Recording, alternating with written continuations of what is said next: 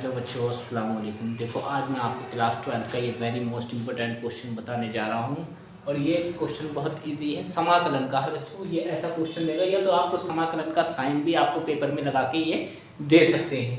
क्या है? X upon x plus one x plus two, मतलब x upon x plus one x plus two दे रखा है। इसका हमें क्या करना है? समाकलन करना है। तो देखो, बहुत इजी नॉर्मल सा क्वेश्चन है, बस दो बातें आपको समझनी है और सवाल ये आप कर लोगे। क्वेश्चन इतना हार्ड नहीं है, ठीक है। इसको करते हैं। देखो, हमें ये दे रखा, तो हम यहाँ क्या करेंगे? समाकलन करना है, तो यहाँ समाकलन का साइन लगेगा। इसको हम आई मान लेते हैं। लेट आई बराबर समाकलन एक्स डी एक्स कर लेंगे, यहाँ डी एक्स लगा देंगे, ठीक। X upon x plus one हो जाएगा और एक्स प्लस टू हो जाएगा। तो अब इसको हमें दो भागों में बांटना होता है, तो ध्यान रखना, समाकलन ब्रैकेट लगा के पहले ए लिखेंगे, ए के नीचे इस पहले वाले को लगा देंगे, x प्लस वन को नीचे लिख देंगे, x प्लस वन ये हम यहाँ लिख देंगे, ठीक। सेम उसी प्रकार दूसरा पार्ट है, तो यहाँ b कर देंगे। तो b के नीचे कौन आ जाएगा? x प्लस टू और ब्रैकेट क्लोज। अभी मान लो एक आध और होता x प्लस थ्री, तो हम यहाँ प्लस सी अपॉन एक्स प्लस थ्री कर देते, मगर ऐसा नहीं है, दो ही है। तो आपको पहले क्या करना है? सिंपल सी बात है, a के नीचे इस वाले पार्ट को रख देना, b के नीचे इस पार्ट को रख देना प्लस लगा के, और यहाँ आपका हो जाएगा dx, ठीक। ये समीकरण नंबर आपका क्या हो गया बच्चों? 1 हो गया। अब थोड़ी देर के लिए आप ये सोच लो कि इसमें से ये समाकलन नहीं है, तो इसको सेम टू सेम ऐसे ही उतार लेंगे, x upon x plus one और x प्लस टू, ठीक। उसी प्रकार यहाँ कर देंगे, a के नीचे कौन था? x प्लस वन और प्लस b अपॉन क्या था बच्चों? x प्लस टू, ये ऐसे लिख देंगे, ठीक। अब देखो, इसकी हम इससे मल्टीप्लाई करेंगे और इससे इसकी, ये तो ऐसे लिखेंगे, x upon x plus one x plus to. अब देखो, a की मल्टीप्लाई हम किससे करेंगे? इस ब्रैकेट से, तो क्या हो जाएगा? x प्लस टू हो जाएगा। फिर प्लस b लिखेंगे और इसकी मल्टीप्लाई इससे, तो ये आपका हो जाएगा x प्लस वन, और अपॉन इन दोनों की आपस में मल्टीप्लाई करके लिख देंगे x प्लस वन और x प्लस टू, ठीक। यहां तक आपको समझ में आ चुका होगा कि इसकी मल्टीप्लाई इससे करना है और इसकी मल्टीप्लाई b से, और इन दोनों की आपस में लिख दिया। अब जब बीच में बराबर का निशान होता है तो समान संख्याएं कट जाती हैं, तो कहने का मतलब ये इससे ये कट जाएगा, ठीक। अब देखो, यहां से है मेन खेल जो इसमें है, कि अब देखो यहाँ वन काय का है, प्लस का है, तो हम x की वैल्यू क्या लगाएं कि ये जीरो हो जाए किसी सूरत से। तो ये प्लस है, तो हम क्या करेंगे? x बराबर माइनस वन रख देंगे, दोनों क्या हो जाएंगे? जीरो हो जाएंगे, ठीक। अगर ये माइनस होता तो हम प्लस वन रखते, मगर अब क्या रखेंगे? माइनस का एक। तो पहले लिखेंगे x बराबर माइनस एक रखने पर, x बराबर माइनस एक रखने पर, मतलब जहां जहां भी x है वहां हमें माइनस एक रख देना है। तो देखो, x ये दिख रहा है, तो पहले हम यहाँ क्या रखेंगे? Minus one is equal to a है, a ऐसे लिख देंगे, इस x के प्लेस पे माइनस एक आ गया और प्लस टू आ जाएगा, और ये आपका जीरो हो गया। क्यों? क्योंकि आपने माइनस एक x की जगह रखा है। अगर इस x की जगह हम देखो माइनस एक रखेंगे और प्लस एक है, तो टकरा के क्या हो गए? जीरो कट गए, एक में से एक जाएगा, क्या बचेगा? जीरो बचेगा, तो वो लिखने की जरूरत भी नहीं है, ठीक। अब देखो, ये माइनस एक बराबर दो में से एक जाएगा बच्चों, कितना बचेगा? एक बचेगा, तो ये ए गम ए की गुणा हो जाएगी एक से, तो ए की जो वैल्यू आई है वो माइनस एक आ गई। ए बराबर कितना आया? माइनस एक। अभी आपने इसको जीरो रखा था, अब इसकी वैल्यू भी तो चाहिए हमें, b की, b को जीरो करा था, अब हमें a की वैल्यू तो मिल गई, अब b की वैल्यू भी चाहिए। तो अब b वाले पार्ट में देखो प्लस का 2 है, तो x के प्लेस पे अब क्या रखेंगे? माइनस टू, तभी जीरो होगा।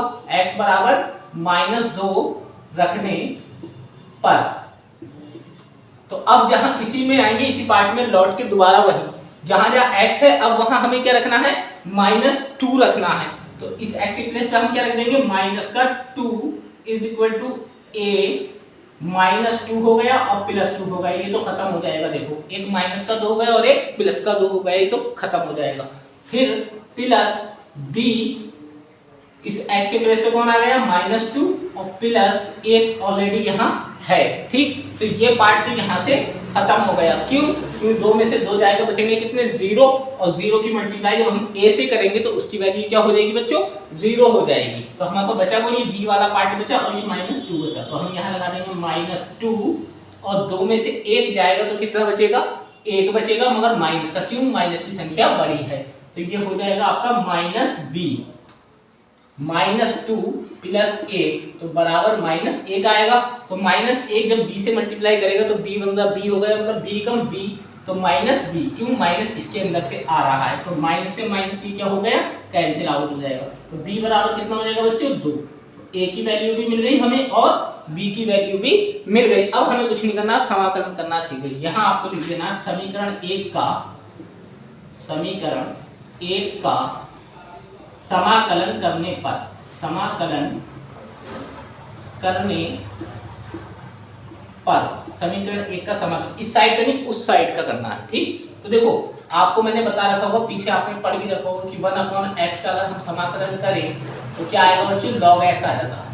क्या आ जाता है?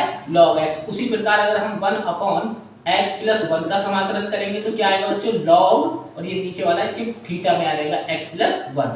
ठीक, सेम वही है। तो a तो ऐसे ही रहेगा, इधर बराबर का साइन लगा तो a ऐसे ही रहेगा, और इसका क्या हो जाएगा? 1/x + 1 का log x + 1। ठीक, फिर उसी प्रकार ये वाला जैसे ये हुआ सेम वो +b लिख के, +b लिखा तो उसका हो जाएगा log x + 2। उसमें x + 1 था तो इसलिए यहाँ x + 1 लिखा गया, इसमें x + 2 है तो यहाँ x + 2 लिखेंगे। ठीक, अब देखो a की वैल्यू हमारी क्या आई है? a की वैल्यू आई -1, तो a के प्लेस पे हम क्या लगा देंगे? -1, तो ये log x + 1 हो जाएगा। क्यों? a की वैल्यू माइनस में तो इसलिए ये माइनस हो गया। और b की वैल्यू हमारी क्या आई बच्चों? b की वैल्यू हमारी आई है 2, तो +2 log x + 2 + c। वैसे आंसर तो ये हो गया, मगर जो आपकी बुक में आंसर है उसको भी आगे बढ़ाते हैं। तो पहले ये चीज समझो, अगर 2 log x + 2 लिखा है, याद रखना 2 हो, 3 हो, 4 हो, 5 हो, 6 हो, कुछ भी हो, 2 लिखा है तो ये पावर कहाँ रहती है? इसकी ओर थीटा पे। तो यहाँ हो जाएगा log x + 2 का होल स्क्वायर। ध्यान रखना, इसको हम ऐसे भी लिख सकते हैं। तो पहले प्लस वाले पार्ट को पहले लिखेंगे, तो ये क्या हो जाएगा हमारा? log x + 2, और ये जो 2 है ये इसके ऊपर यहाँ आ जाएगा जो मैंने अभी आपको समझाया। तो यहाँ क्या आ जाएगा? 2, और ये माइनस वाली वैल्यू बाद में लिखो, -log x + 1 + c। ठीक, यहाँ तक क्लियर समझ में आ चुका होगा आपके। अब देखो इस पूरे को a मान लो और इस पूरे को b, तो ये हमारा सूत्र बन जाता है log a - log b। तो इसका फार्मूला होता है log a/b। ठीक, इस वाले पार्ट को हमने क्या मान लिया? a मान लिया, और इस पार्ट को b। तो हम पहले क्या लिखेंगे? log, क्या लिखेंगे? log a हमने किसको माना है बच्चों?